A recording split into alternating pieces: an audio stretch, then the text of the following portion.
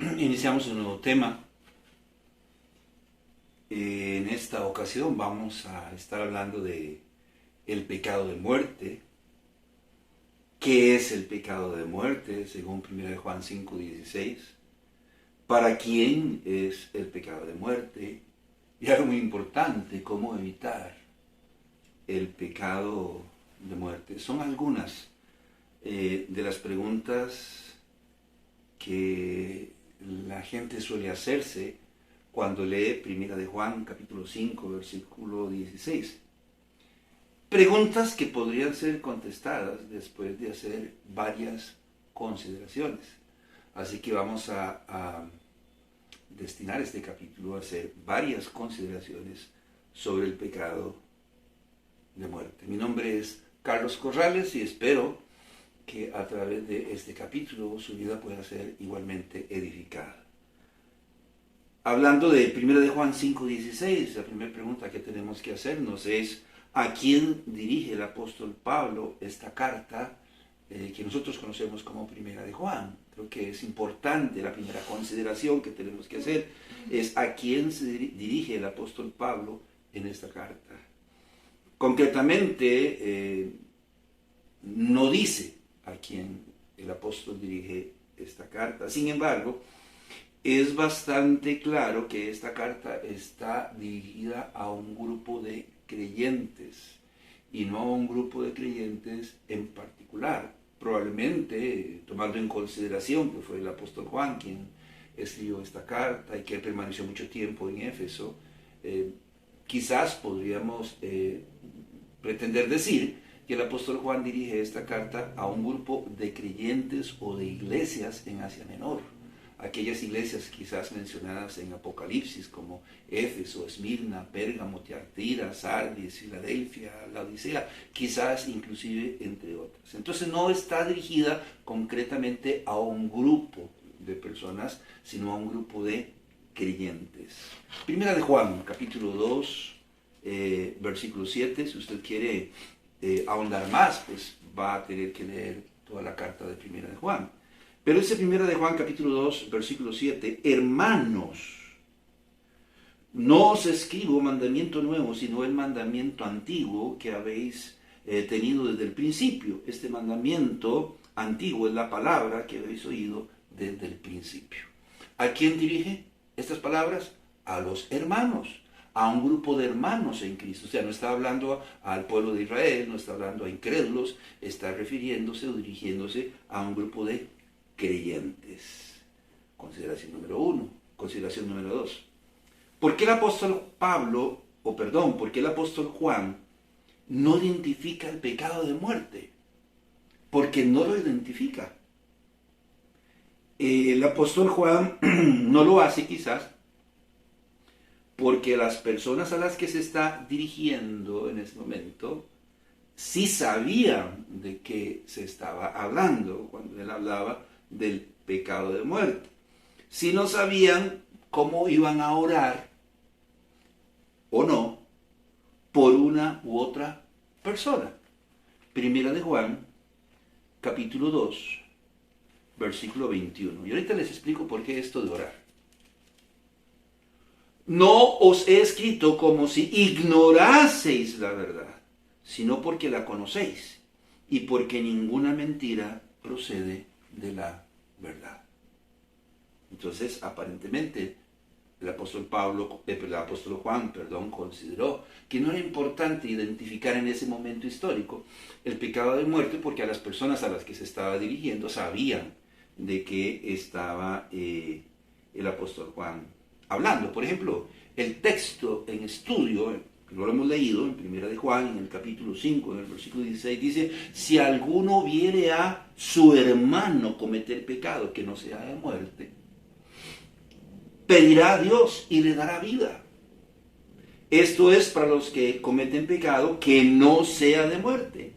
Hay pecado de muerte por el cual yo no digo que se pida.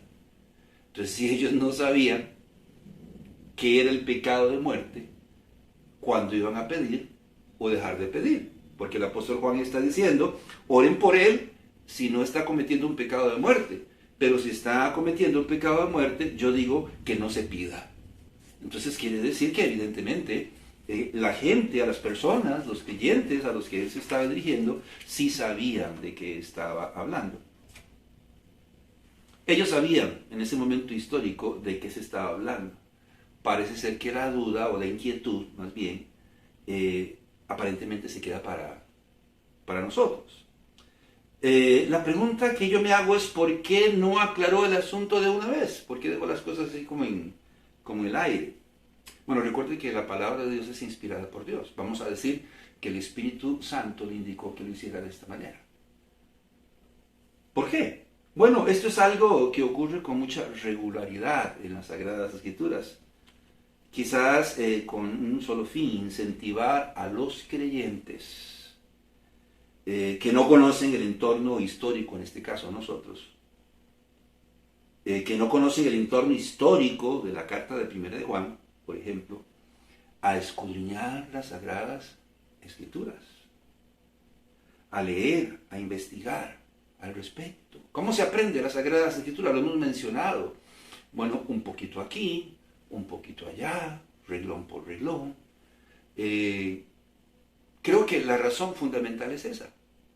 La palabra de Dios dice que cosas que ojo no vio ni oído oyó son las que están reveladas para los que le aman. Yo diría no solo para los que le aman, para los que leen, para los que investigan, ¿verdad?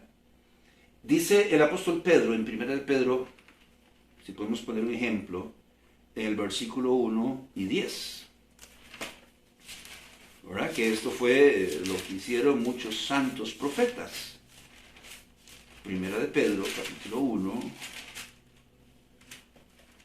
versículo 10 y 11. Los profetas que profetizaron de la gracia destinada a vosotros, inquirieron y diligentemente indagaron acerca de esta salvación, escudriñando qué persona y qué tiempo indicaba el Espíritu de Cristo que estaba en ellos, el cual anunciaba de antemano los sufrimientos de Cristo y las glorias que vendrían tras ellos. Ellos investigaron. No se quedaron con lo que les fue revelado, con lo que les dijeron. Algunos de ellos fueron más allá. Cuando se les dio la revelación o cuando conocieron la revelación de otro profeta, indagaron. Es lo que creemos acerca de por qué el apóstol Juan no aclaró el asunto de una vez. Primero, la gente a la que se dirigía sabían. Y segundo, para que los que viniesen después, que no conocíamos el entorno histórico, nos viéramos motivados a escudriñar las Sagradas Escrituras, a leer, a investigar al respecto. Algo a lo que quizá vamos a ahondar un poquito más adelante. Consideración número 3. Es muy interesante que no es la primera vez que se habla de pecado de muerte. En el Antiguo Testamento encontramos varios pecados que eran considerados de muerte. Por ejemplo, el asesinato en Éxodo, en el capítulo 21, el versículo 12 al 14. El maldecir a los padres. Me gustaría decir que ese es el pecado de muerte. Pero en el Antiguo Testamento era considerado un pecado de muerte, según Levítico 20, versículo 9. Herir de alguna manera a los padres. Herir es causar daño físico, ¿verdad? Hoy en día podríamos hablar de algún otro tipo de daño psicológico, patrimonial. Pero está diciendo el asesinato, maldecir a los padres o herir de alguna manera u otra a los padres. En Éxodo, en el capítulo 21, en el versículo 15. El comercio de esclavos, hoy hablaríamos de trata de blancas. Bueno, según Éxodo 21, 16, era un pecado de muerte. Esto era considerado una razón para aniquilar o matar o quitarle la vida a una persona. La hechicería, ¿verdad? El bestialismo, o sea, relaciones sexuales con animales. La profanación del sabbat. El adulterio, según el Levítico capítulo 20, versículo 10. Tal vez algo más común para nosotros porque lo vemos también en el Nuevo Testamento. Y erróneamente no se trataba solo de apedrear, por ejemplo, a la mujer que era hallada en adulterio, sino a la pareja que era hallada cometiendo adulterio, ¿verdad? y el homosexualismo, entre otros pecados, eran considerados en el Antiguo Testamento como pecados de muerte. También encontramos en el Antiguo Testamento varios casos de personas que murieron por causa de estos y otros pecados. Por ejemplo, aquellos que murieron en el diluvio. Perecieron, ¿no? ¿Y por qué perecieron? Bueno, todos aquellos que murieron en Sodoma y Gomorra. Fuego cayó del cielo y los extinguió a todos. Solo sobrevivió Lot, en principio su esposa y sus 2 hijas. Todos los demás murieron. Recordamos a Nadab y Abiú, sacerdotes del Dios Altísimo, que cuando fue establecido el tabernáculo, introdujeron fuego extraño, ¿recuerda? El fuego con el cual se alumbraban las lámparas y todo lo demás dentro del tabernáculo venía de Dios. Dios consumía el sacrificio del altar del holocausto, de ahí debían tomar de ese fuego para encender las lámparas, los incensarios y demás. Y Nadab y Abiú introdujeron fuego extraño de una fogata hecha por los hombres, por decirlo de alguna manera, y Dios les quitó la vida. El hijo blasfemo que blasfemó en contra del nombre de Dios, ahí Levítico en el capítulo 24, en el versículo 10. Coré y su familia se abrió a la tierra y se los tragó a todos, en Números 16. El pueblo judío en repetidas ocasiones, por ejemplo en Baal Peor, recuerda que llamaron a un profeta para maldecir al pueblo y Dios dijo, usted va a hacer lo que yo le diga. Y cada vez que el profeta quiso maldecir al pueblo para ganarse una buena cantidad de dinero, Dios le dijo que tenía que bendecirlo. Y como no había manera de poder maldecir al pueblo, el consejo del profeta para el rey que había solicitado que maldijeran al pueblo era que mandaran mujeres e hicieran adulterar a los hombres del pueblo o de la nación de Israel. Y que acabamos de decir que el adulterio era considerado un pecado de muerte. Y murieron muchos de ellos en Baal Peor. Acán y su familia, en Josué en el capítulo 7, en el versículo 1, por haber tomado del anatema aquellos lingotes de oro, de plata y una ropa y joyas preciosas y les metió debajo de su tienda, habiendo dicho Dios que no lo hicieran cuando tomaron Jericó. Bueno, encontramos en el Antiguo Testamento varios casos de personas que murieron por causa de estos y otros pecados. Consideración número 4. En el Nuevo Testamento encontramos algunos pecados que de alguna manera u otra podrían estar relacionados con el pecado de muerte. Número 1, la blasfemia contra el Espíritu Santo. Fue considerada por el Señor Jesucristo como el pecado imperdonable. En el libro de Lucas, en el capítulo 12, en el versículo 10, el pecado imperdonable. Y todo aquel que dijere alguna palabra contra el Hijo del Hombre le será perdonado. Pero el que blasfemare contra el Espíritu Santo no le será perdonado. Y entre paréntesis recordamos las palabras del profeta que dice, y el alma que pecare ese, morirá. Entonces la blasfemia del Espíritu Santo era considerada por el Señor Jesucristo como el pecado imperdonable, la cual consistía en atribuirle o desatribuirle algo al Espíritu Santo, según Mateo 12, versículo 24. Mateo capítulo 12, versículo 24. Mas los fariseos al oírlo decían, no echa fuera los demonios, sino por Belcebú, príncipe de los demonios. Y de repente en el contexto, en los versículos subsiguientes, por ejemplo en el versículo 32 dice, a cualquiera que dijere alguna palabra contra el Hijo del Hombre les ha perdonado, pero el que hable contra el Espíritu Santo no le será perdonado, sino ni en este siglo, ni en el venidero. Entonces, en su contexto, el Señor dice estas palabras sobre la adoración del Espíritu Santo porque los fariseos habían atribuido o desatribuido alguna acción al Espíritu Santo, diciendo que las cosas que Cristo hacía no las hacía por el poder del Espíritu Santo, sino por el poder de Belcebú, de Satanás, en pocas palabras. La mentira contra el Espíritu Santo. En el caso de Ananías y Zafira, que yo recuerde, el caso de Ananías y Zafira es el único caso de personas que murieron por mentirle al Espíritu Santo en el Nuevo Testamento. Por lo menos ese es el caso registrado. No quiere decir que no haya habido otras personas que murieron por mentirle al Espíritu Santo. Pero dice aquí en el libro de Hechos, en el capítulo 5, en el versículo 3. Y dijo Pedro, Ananías, ¿por qué llenó Satanás tu corazón para que mintieses al Espíritu Santo y sustrajeses del precio de la heredad? Un hombre llamado Bernabé vendió una propiedad y trajo el dinero de la venta y lo puso a disposición de los apóstoles o de la iglesia. Cuando Ananías vieron esto, dijeron, bueno, aquí está.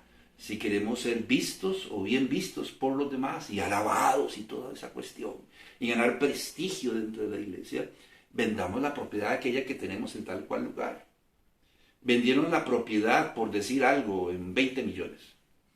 Y cuando ellos tuvieron el dinero en la mano, que habían prometido dárselo a los apóstoles, a la iglesia, entregarlo al Señor para que Él usara de la mejor manera que Él quisiera, cuando se vieron con aquel dinero, dijeron, digamos que la vendimos en 10. Y nos dejamos 10. ¿Ok? Y así fueron, le llevaron el dinero a los apóstoles. Y de repente Pedro le dice, mira, ¿en realidad vendiste la propiedad en tanto? Oh, sí, claro, eso fue lo que vendimos. Y lo trajimos todo, no nos dejamos ni un 5. Es cuando Pedro le dice, ¿por qué llenó Satanás tu corazón para que mintieses al Espíritu Santo? No era su propiedad.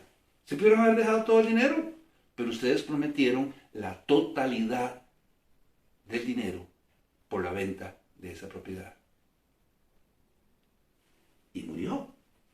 Ananías murió. Usted puede seguir leyendo el versículo 5. Al oír Ananías estas palabras, cayó y expiró. Y vino un gran temor sobre todos los que lo oyeron. Ananías había venido solo. Más tarde entra su esposa Zafira y le pregunta, mira, Zafira, ¿es cierto que vendieron la propiedad en tanto? Ah, sí, vendimos en tanto. ¡Pum! Y ahí mismo cayó Zafira, su esposa muerta, y fue sepultada, igual con su esposo. Tomar la cena del Señor indignamente. El apóstol Pablo habla de esta práctica como la causa de enfermedad y muerte de muchos creyentes en la iglesia de los Corintios, quizás por no discernir la voz del Espíritu Santo. Entonces dice ahí en 1 Corintios, en el capítulo 11, en el versículo 30, un pasaje quizás muy conocido porque cada vez que tomamos la cena del Señor en la iglesia, pues se nos lee este pasaje. Y hablando de tomar la cena indignamente, en su contexto, en los versículos anteriores, dice el apóstol Pablo aquí en 1 Corintios 11:30, por lo cual hay muchos enfermos y debilitados entre vosotros, y muchos duermen.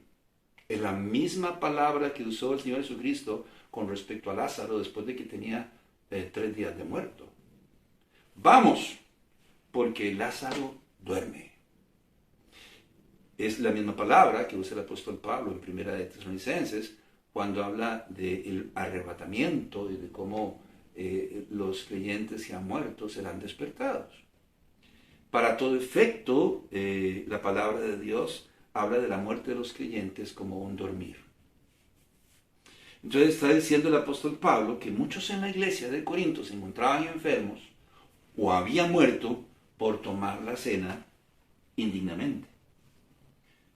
Por último, el rechazamiento de la obra redentora del Señor Jesucristo, asociada al rechazamiento del llamado del Espíritu Santo a la conversión, podría ser considerado pecado de muerte. ¿Qué dice la palabra de Dios en Hebreos en el capítulo 10, en el versículo 29? ¿Cuánto mayor castigo pensáis que merecerá el que pisoteare al Hijo de Dios y tuviere por inmunda la sangre del pacto en la cual fue santificado e hiciera afrenta al Espíritu de gracia? No son los hombres los que convencen a las personas de su necesidad de un Salvador y de aceptar al Señor Jesucristo como su único y suficiente Salvador. Es el Espíritu Santo. Usted lo puede leer ahí en San Juan, en el capítulo 16, en el versículo 8. Él es el que convence de pecado, de justicia y de juicio.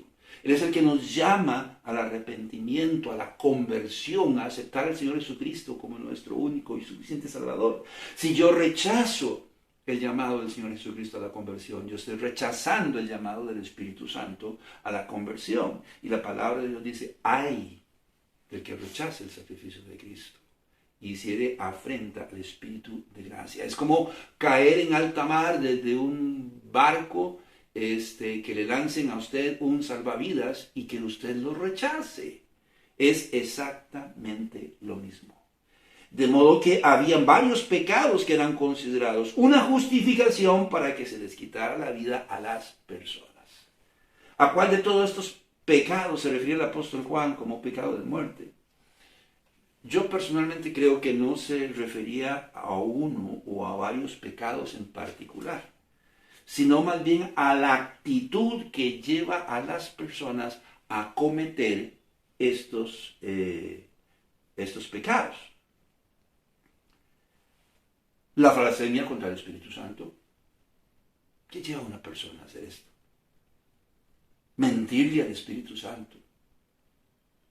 Tomar la cena del Señor en vano, te lo están diciendo, te lo están advirtiendo, que debe discernir el cuerpo de Cristo, debe valorar el sacrificio de Cristo en la cruz del Calvario, debe reflexionar sobre su vida y cómo está, debe confesar, reconocer su pecado, renovar sus votos y seguir adelante. Y nosotros llegamos como animalitos, tomamos la cena y vámonos. Rechazar la obra redentora del Señor Jesucristo en la cruz del Calvario, lo que implica también el rechazamiento del llamado del Espíritu Santo al arrepentimiento y a la conversión. Entonces, es la actitud, me parece a mí, que las personas tienen a la hora de cometer estos pecados. Consideración número 5. Siempre se nos ha dicho que la carta de Primera de Juan tiene como tema central la supremacía del amor. No estoy en contra de eso. Pero cuidado si ese no es un distractor. Porque al leer la carta notamos que el apóstol Pablo o el apóstol Juan nos habla más bien de las evidencias que demuestran que un creyente es o no un verdadero creyente. El amor es uno de esos. Debemos aclarar que ahora que nosotros estamos en Cristo, somos permanentemente hijos de Dios y no hay nada ni nadie que pueda cambiar eso. Y tenemos como fin la vida eterna. Sin embargo, el apóstol Juan es del criterio que si realmente nosotros somos hijos de Dios, número 1, debemos permanecer en Él. Primera de Juan, capítulo 2, versículo 28. Y ahora, hijitos, permaneced en Él, para que cuando se manifieste tengamos confianza, para que en su venida no nos alejemos de Él avergonzados. Y ahora, hijitos, permaneced en Él. Algo que el apóstol Juan repite constantemente en esta carta. Si somos hijos de Dios, debemos permanecer en Él. ¿Pero qué implica esto? Bueno, permanecer en Él implicaría andar en amor. Primera de Juan, capítulo 2, versículo 7. Hermano, no os escribo mandamiento nuevo, sino el mandamiento antiguo que habéis tenido desde el principio. Este mandamiento antiguo es la palabra que habéis oído desde el principio. ¿Cuál es ese mandamiento? El que encontramos en el libro de Juan, en el capítulo 13, en el versículo 34, que dice que debemos amarnos los unos a los otros, que debemos amar a nuestro prójimo como a nosotros mismos. Quiere decir que permanecer en Él implica andar en amor. Amor a Dios y amor al prójimo. Cuando le preguntaron al Señor cuál es el gran mandamiento, el primer y gran mandamiento, bueno, amarás al Señor tu Dios con toda tu alma, con toda tu mente, con todo tu cuerpo, con todas tus fuerzas. Y de repente el Señor dice, y el segundo es semejante. No le preguntaron por el segundo, le preguntaron por el primero y gran mandamiento. Y sin embargo les dice, y el segundo es semejante, amarás a tu prójimo como a ti mismo. ¿Sabía usted que los 10 mandamientos están basados y cimentadas en estas dos palabras? Si había 2 tablas, a la larga una tabla tenía que ver con el amor a Dios, los mandamientos relacionados con amor a Dios. No tendrás imagen ni ninguna semejanza, ni los vas a adorar, ni venerar. Y si había una segunda tabla, la segunda tabla probablemente estaba relacionada con el amor al prójimo. No dirás falso testimonio, no codiciarás la mujer de tu prójimo, etc. Entonces, el apóstol Juan está diciendo, debemos permanecer en él. Permanecer en él implica andar en amor. Amor hacia Dios y amor hacia el prójimo. Ahora, andar en amor implica guardar sus mandamientos. Recuerda lo que decía San Juan 14:15. Si me amáis, guardad mis mandamientos. Primera de Juan capítulo 3, versículo 24. Y el que guarda sus mandamientos permanece en Dios y Dios en él. Y en eso sabemos que Él permanece en nosotros por el Espíritu que nos ha dado. Andar en amor implica también vivir una vida separada del pecado. En primera de Tesalonicenses 4:3 Él dice, pues la voluntad de Dios es vuestra santificación, que os apartéis. Perdón, pues la voluntad de Dios es vuestra santificación, que os apartéis de fornicación. La palabra fornicación está siendo usada como sinónimo de pecado. Eso dice Pablo en primera de Tesalonicenses en el capítulo 4, en el versículo 3. ¿Qué dice Juan en primera de Juan, en el capítulo 1, en el versículo 6? Si decimos que tenemos comunión con Él y andamos en tinieblas, mentimos y no practicamos la verdad. Oiga lo que está diciendo.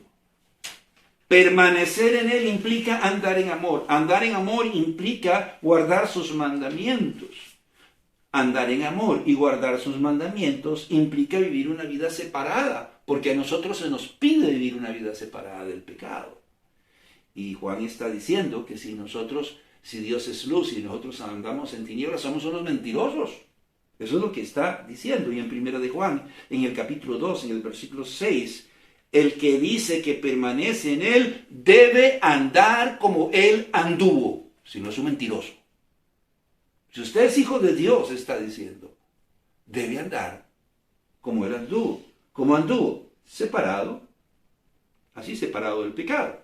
De modo que si alguno desde su conversión no permanece en Dios, no anda en amor, no guarda sus mandamientos, y además de todo esto practica el pecado, dice el apóstol Juan, no es de Dios. No lo es. Primera de Juan, capítulo 2. Versículo 6. El que dice que permanece en Él, debe andar como Él anduvo. Vea lo que dice ahora en el versículo 9. El que dice que está en la luz y aborrece a su hermano, está todavía en tinieblas. En el versículo 11, pero el que aborrece a su hermano está en tinieblas y anda en tinieblas y no sabe a dónde va porque las tinieblas le han cegado los ojos. En el capítulo 3, en el versículo 6. Todo el que permanece en Él no peca. Todo aquel que peca no le ha visto ni le ha conocido. En 1 de Juan, en el capítulo 3, en el versículo 8 y 10. 8 al 10. Dice, el que practica el pecado es del diablo, porque el diablo peca desde el principio. Para esto apareció el Hijo de Dios, para deshacer las obras del diablo. Todo aquel que es nacido de Dios no practica el pecado, porque la simiente de Dios permanece en él y no puede pecar porque es nacido de Dios. En esto se manifiestan los hijos de Dios y los hijos del diablo. Todo aquel que no hace justicia y que no ama a su hermano, no es de Dios. Y cuando se habla de la preeminencia del amor, dice en 1 de Juan, en el capítulo 4, en el versículo 7 y 8, amados, amémonos unos a otros porque el amor es de Dios. Todo aquel que ama es nacido de Dios y conoce a Dios. El que no ama no ha conocido a Dios, porque Dios es amor. De modo que el apóstol Juan era del criterio que si había una persona que se decía creyente y desde su conversión no permanecía en Dios, no manifestaba su amor a Dios, no manifestaba su amor al prójimo. Ay, yo es que ese hermano no lo soporto, es que yo no lo puedo ver, yo ni siquiera lo puedo oír. El que no guarda sus mandamientos y el amar a los demás es un mandamiento, y practica el pecado, Juan dice, no es de Dios, es del diablo. Parece ser que algunos que se llamaban creyentes habían salido de la iglesia. Recuerda que dijimos que más adelante íbamos a hablar del entorno histórico de Primera de Juan. Parece ser que algunos que se llamaban creyentes habían salido de la iglesia y ahora vivían como querían, sin ningún cargo de conciencia y con toda libertad. Primera de Juan 2:19. Salieron de nosotros, pero no eran de nosotros. Porque si hubiesen sido de nosotros, habrían permanecido con nosotros. Pero salieron para que se manifestase que no todos son de nosotros. ¿Más claro o se lo explico? Juan está diciendo, si salieron de nosotros y ahora andan con toda libertad, practicando el pecado, diciendo aún que son creyentes, salieron de nosotros porque no eran. Qué duro, ¿no? Esa es la razón por la cual Juan escribe la carta, con el fin de aclarar que no podemos vivir libremente como nosotros queremos, haciendo lo que nos da la gana. Si lo hacemos, dice Juan, no somos de Dios. No creemos que el apóstol Juan hiciera estas afirmaciones para concedernos a nosotros los creyentes la posibilidad de andar por la vida juzgando y señalando a los demás, determinando quién es salvo y quién no lo es. Creo que el apóstol Juan lo hizo más bien para crear una duda razonable en la vida de los que pretendían vivir inmersos en la práctica del pecado, ya bien sea que estuviesen afuera porque hubiesen salido, o ya bien sea que estuviesen adentro porque se habían quedado. Ay, hermano, pero fulanito, ve a ellos allá en ese grupo que tienen, ellos se visten así, ellos hablan así, ellos tienen este tipo de actividades, ellos oyen esta música, ellos van a tal. Miren que nosotros fuimos llamados a libertad. Juan escribe la carta para crear una duda razonable en la vida de los que pretendían vivir inmersos en la práctica del pecado, con el fin de hacerlos reflexionar y asegurar sus corazones. ¿Usted realmente es salvo? ¿Y por qué no ama a su hermano? ¿Tú eres salvo? Entonces, ¿por qué aborreces a tu hermano? Tú tienes a Cristo en tu corazón. Entonces, ¿por qué no guardas sus mandamientos? ¿Y por qué no vives una vida separada? Primera de Juan capítulo 3, versículo 19. Y en esto conocemos que somos de la verdad y aseguremos nuestros corazones delante de Él. Esa era la razón. Crear una duda razonable, ¿verdad? Crear una duda razonable con el fin de hacerlos reflexionar y determinaran si realmente son o no son, y asegurarán sus corazones, porque somos de la muerte y en cualquier momento podemos morir. Ahora bien, con el fin de que no haya dudas, el apóstol Juan insta a los creyentes a permanecer en Dios, a amarlo, a guardar sus mandamientos y andar como el anduvo, alejados del pecado. En pocas palabras, bueno, si realmente eres y te ofende la pregunta, entonces es muy simple. Dedíquese a permanecer en Él, a andar en amor, en guardar sus mandamientos y en vivir vidas separadas, como lo hizo el Señor Jesucristo y murió.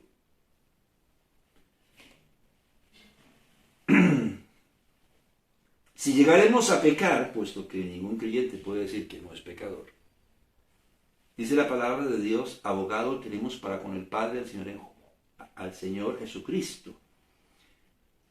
Y tan solo tenemos que reconocer y confesar nuestro pecado delante de Dios. Él dice, y si confesamos nuestros pecados, es decir, justo para perdonar nuestros pecados y limpiarnos de toda maldad. Parece ser que el apóstol Juan hace una diferencia entre pecar por hierro y practicar el pecado con alevosía y premeditación. Somos seres humanos y nos podemos equivocar, podemos cometer errores. No hay problema, no hemos cometido ningún pecado de muerte, ¿verdad? Pero practicar el pecado con alevosía y premeditación es otra cosa. Primera de Pedro, vamos a ir un momento a Pedro. Primera de Pedro, capítulo 2, versículo 11. ¿Qué dice el apóstol Pedro al respecto? Amados, yo ruego como extranjeros y peregrinos que os abstengáis de los deseos carnales que batallan contra el alma. Somos llamados a abstenernos de los deseos carnales que batallan contra el alma. Pero ¿qué pasa si yo me entrego a la práctica de los deseos carnales que batallan contra el alma?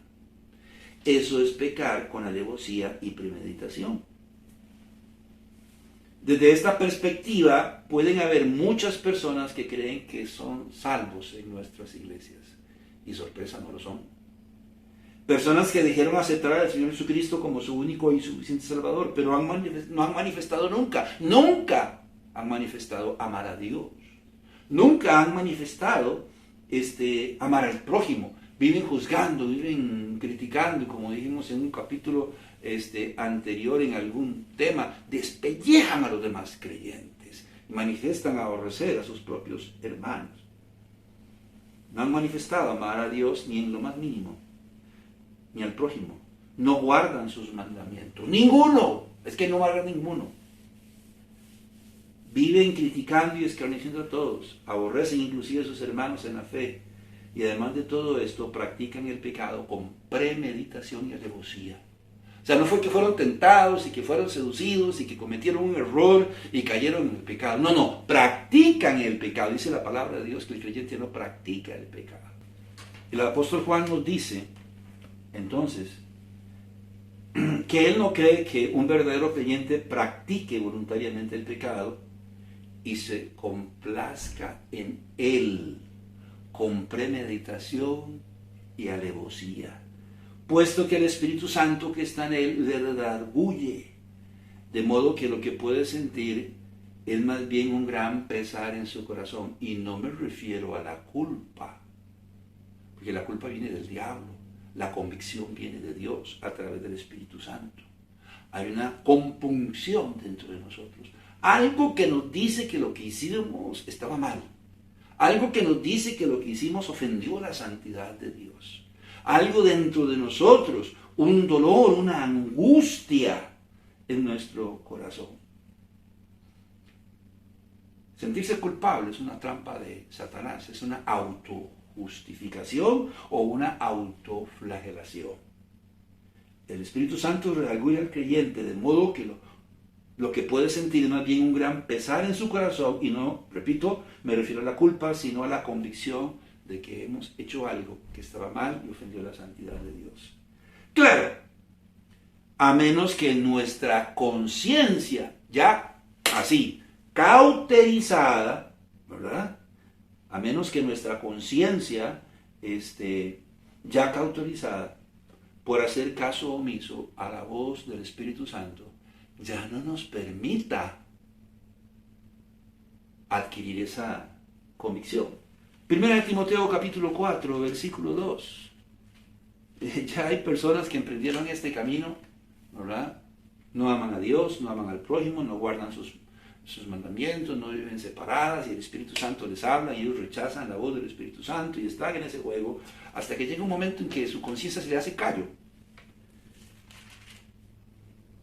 Por la hipocresía de mentirosos que teniendo cauterizada la conciencia. La hipocresía es el resultado de una conciencia endurecida y cauterizada porque durante mucho tiempo hemos hecho caso omiso. Son esas personas que a veces están así en la invitación, ¿verdad? y están así o agarrados de la banca, que cuando ya termina el culto quedan las marcas así de las manos en el respaldar de la banca o de la silla, porque se resisten. Es Lucas en el libro de Hechos, en el capítulo 7, que habla, y resistís al Espíritu Santo. Entonces, se les cauteriza la conciencia. Entonces ya no ven, ya no oyen. Si no oyen la voz del Espíritu Santo, ¿hacia dónde se dirigen esas personas? Según el autor de Hebreos, si fuese posible que un creyente peque con premeditación y alevosía, lo único que le espera es la muerte. Hebreos capítulo 10, versículo 26. Porque si pecaremos voluntariamente después de haber recibido el conocimiento de la verdad, ya no queda más sacrificio por los pecados, sino una horrenda expectación de juicio, de hervor de fuego, que ha de devorar a los adversarios. El que viola la ley de Moisés por el testimonio de 2 o 3 testigos muere irremisiblemente. ¿Cuánto mayor castigo pensáis que merecerá el que pisoteare al Hijo de Dios y tuviere por inmunda la sangre del pacto en la cual fue santificado e hiciere ofrenda al Espíritu de gracia? Pues conocemos al que dijo, mío es la venganza, yo pagaré yo daré el pago, dice el Señor. Y otra vez el Señor juzgará a su pueblo. Si fuese posible que una persona, porque ya se le cauterizó la conciencia, practicar el pecado con alevosía, con premeditación y alevosía, ya no escucha la voz del Espíritu Santo, ¿hacia dónde se dirige? Que prácticamente se está dirigiendo a un autosuicidio, se dirige a su propia muerte. ¿Qué quiere decir esto? Bueno, que si hay un creyente así, el Señor tomará cartas en el asunto y su nombre va a ser glorificado de una manera u otra. Hebreos capítulo 12, versículos 5 al 6. Hebreos capítulo 12, versículos 5 al 6. ¿Recuerda usted lo que dice Hebreos 12, 5? Y ya habéis olvidado la exhortación que como hijo se os dirige diciendo, hijo mío, no menosprecies la disciplina del Señor, ni desmayes cuando eres reprendido por él. Porque el Señor al que ama disciplina y azota a todo el que recibe por hijo. Entonces, si hay un creyente y cae en esta situación de no escuchar la voz del Espíritu Santo, su conciencia se cauteriza y comienza a practicar el pecado con, hemos dicho, con premeditación y alevosía, ¿hacia dónde se dirige si no quiere escuchar la voz del Espíritu Santo? Hacia su propia muerte. Y aquí está diciendo, si es disciplinado, es creyente. Y si no, siga leyendo ahí en Hebreos, en el capítulo 12. En el versículo 8, por ejemplo, que dice que si se nos deja sin disciplina, no somos hijos, sino bastardos. O sea, retomamos el tema de Juan, no son creyentes. ¿Cómo va a intervenir el Señor? Bueno, hay 2 posibles formas. Una, quitándole la vida al infractor, que es lo más sencillo de hacer. Primera de Samuel 2:6 dice que Dios da la vida y Dios la quita. Y no tiene que pedirle permiso a nadie para hacerlo. Entonces Dios puede quitarle la vida, sería lo más fácil, como pasó con los hijos de Elí, del sacerdote Elí, en la época de Samuel, cuando era un niño. Y ellos tenían relaciones sexuales con mujeres viudas, etcétera, ahí en el mismo tabernáculo y demás. Y Dios le dice a Samuel, dígale a Elí que va a pasar esto. Y mueren los hijos de Elí. Esa es una.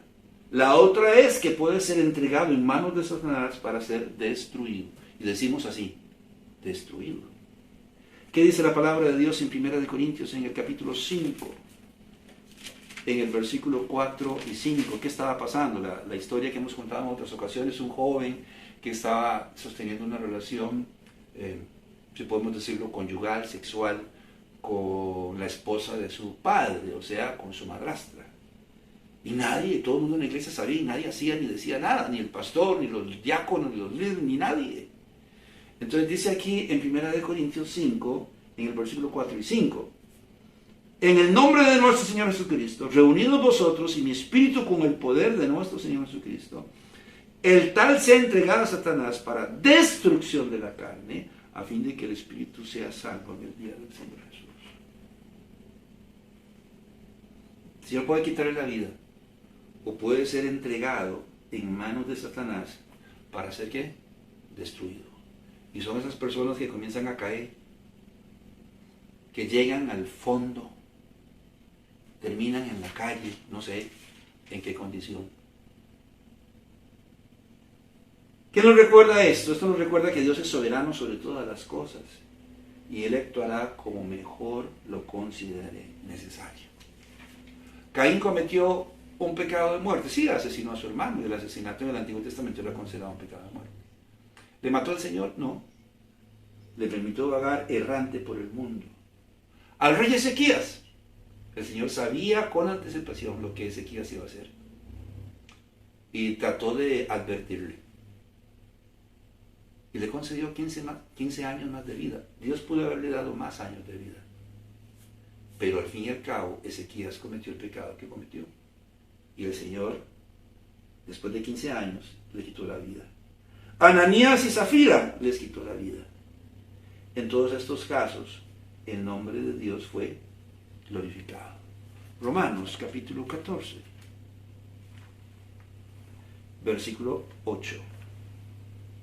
Pues si vivimos para el Señor, vivimos, y si morimos para el Señor, morimos. Así pues, sea que vivamos y que muramos, del Señor somos.